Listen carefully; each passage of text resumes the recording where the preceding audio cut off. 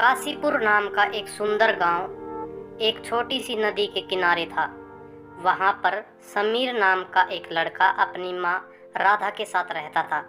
जब वह छोटा था तभी उसके पिता की मृत्यु हो गई थी।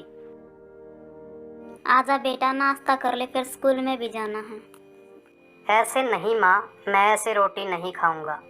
मुझे रूखी रोटी अच्छी नहीं लगती। मैं दूध के साथ रोटी खाऊंगा। बेटा, दूध अपने यहाँ नहीं मिलता। अच्छा ठीक है, मैं अपने पड़ोसी रामलाल के यहाँ पूछ कर आती हूँ। वह रामलाल के यहाँ जाती है और जाकर कहती है, भैया रामलाल, मेरे समीर को दूध के बिना रोटी अच्छी नहीं लगती। मुझे एक गिलास दूध हर रोज दे दिया करो। ठीक है, लेकिन तुम्हें हमारे घर का काम करना होगा।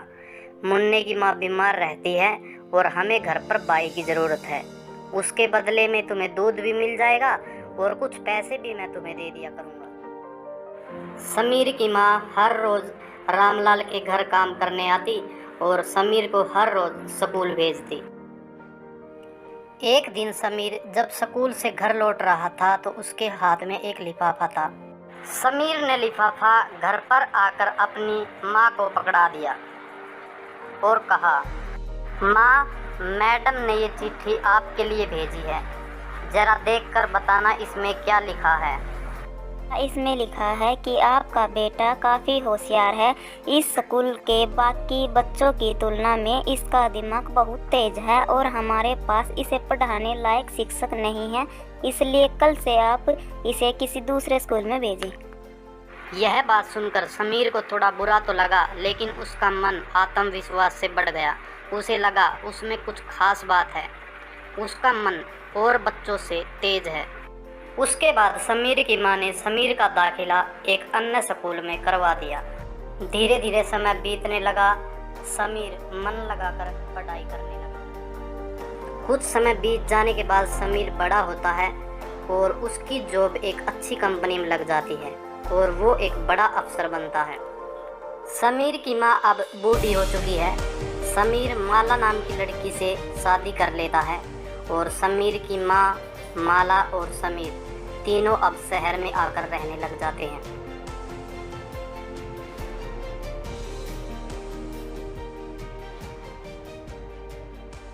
अजी सुनते हो? बोलो माला, क्या बात है? तुम आज इतनी परेशान क्यों हो? देखो ना, हमारी शहर में कितनी इज्जत है, लोग अपने कितनी तारीफ करते हैं। एक आपकी माँ है जो हमेशा फटे पुराने कपड़े पहने रहती है। मैंने कितनी बार बोला है इन्हें बदल लो, लेकिन नहीं, वो तो अपनी मनमानी चलाती है। लोग हमारे बारे में क्या कुछ सोचेंगे कि बेटा इतना अमीर है और माँ को भिखारी की तरह रखता है। वो बात तो ठीक है माला, शहर में हमारा नाम है, लोग हमारी इज्जत करते हैं, लेकिन मैं माँ को कुछ नहीं कह सकता। अगर आपके पास कोई रास्ता है तो आप बताओ। क्यों ना माँ को हम गांव भेज दें और उसका खर्चा हर महीने वही पहुँचा दिया करेंगे। हाँ, ये रास्ता सही है। मैं अभी जाता हूँ और माँ को गांव जाने के लिए बोल देता हूँ।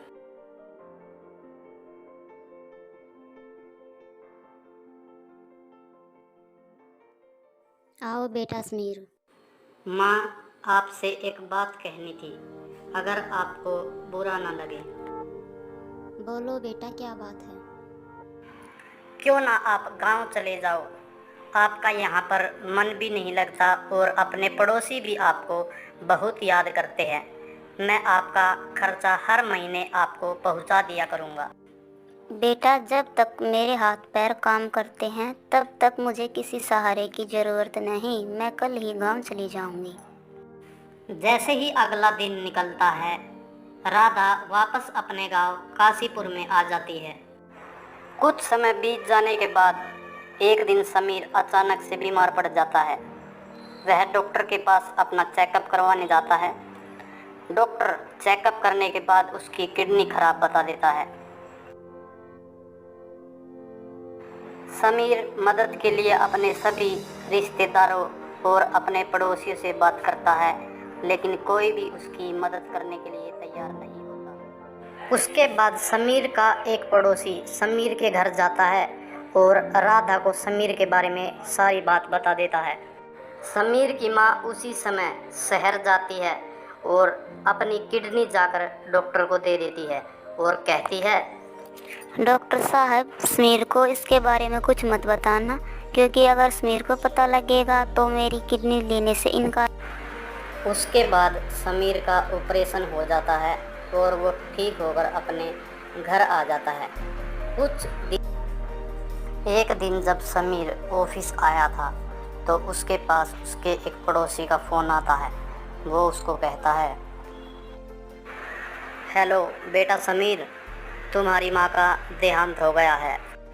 समीर अपने गांव आ जाता है, अपनी माँ का अंतिम संस्कार करता है। समीर जब अपनी माँ का अंतिम संस्कार करके घर वापस आता है तो लोग उसको तरह तरह के ताने देते हैं। अरे देखो भैया, कैसा समय आ गया है। जिस माँ ने पढ़ाया लिखाया उसी माँ को घर से बाहर निकाल दिया। बेचारी राधा ने अपनी किडनी तक अपने बेटे को दे दी। क्या कहते हो चाचा जी? किडनी? क्या किडनी मेरी माँ ने दी थी? हाँ समीर, मैंने आपकी माँ को बताया था आपके बारे में, और जैसे ही आपकी माँ को पता लगा वो तुरंत डॉक्टर के पास गई और उसने जाकर अपनी किडनी दे दी। वो तो बेचारी मर गई, लेकिन तुम्हारे को बचा के चली गई। ये सभी बातें सुनकर समीर को बहुत बुरा लगता है, उसे बहुत दुख होता है अपने किए पर। वो समीर अपने घर आता है। घर आने के बाद उसे एक चिट्ठी मिलती है।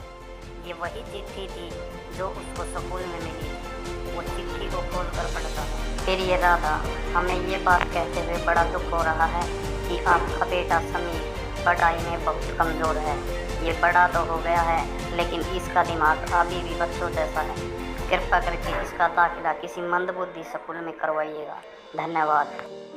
समीर अब पुराने दिनों के बारे में सोचता है। उसे अब एहसास होता है